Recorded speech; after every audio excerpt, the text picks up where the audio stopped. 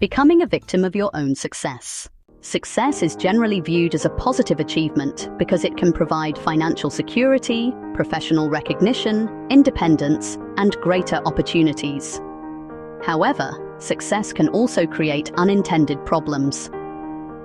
The phrase "victim of your own success" describes a situation in which the accomplishments an individual worked hard to achieve begin creating stress, obligations, and loss of freedom.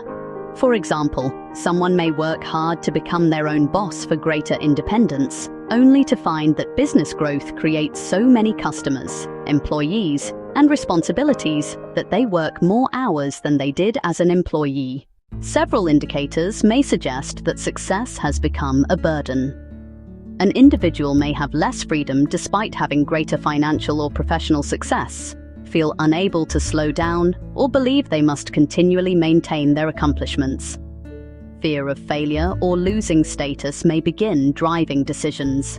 The individual may also have difficulty saying no, struggle to delegate responsibilities, or feel trapped by the expectations associated with their reputation. Other warning signs include strained relationships, discomfort with rest, continually moving the finish line, and maintaining a career, business, or lifestyle that they no longer genuinely want. A useful question for determining whether success has become a burden is, if I were starting my life over today, knowing what I know now, would I deliberately choose this level of responsibility? If the answer is consistently no, it may be time to reconsider how success is defined. This does not necessarily mean that previous decisions were mistakes.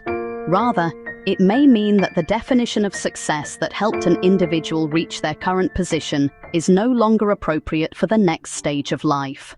Preventing success from becoming a burden requires intentionally managing it. Individuals should define what enough means and protect the freedom that success was intended to provide.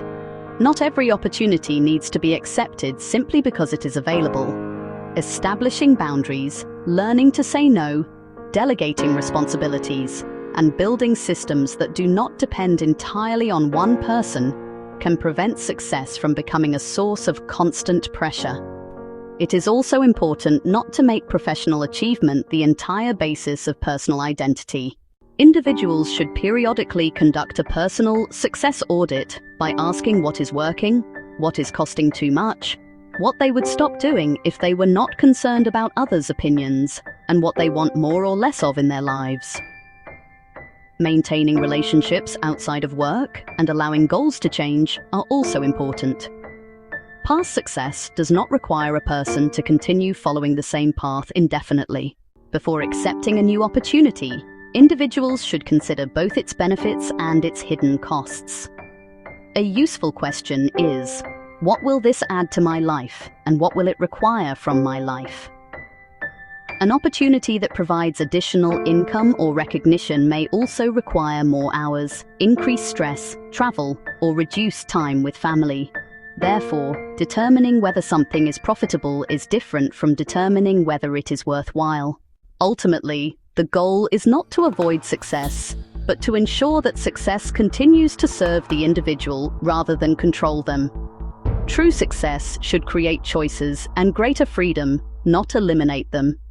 A healthy definition of success is one in which an individual can say, "I am successful enough that I have choices, and I still have the freedom to choose what matters to me."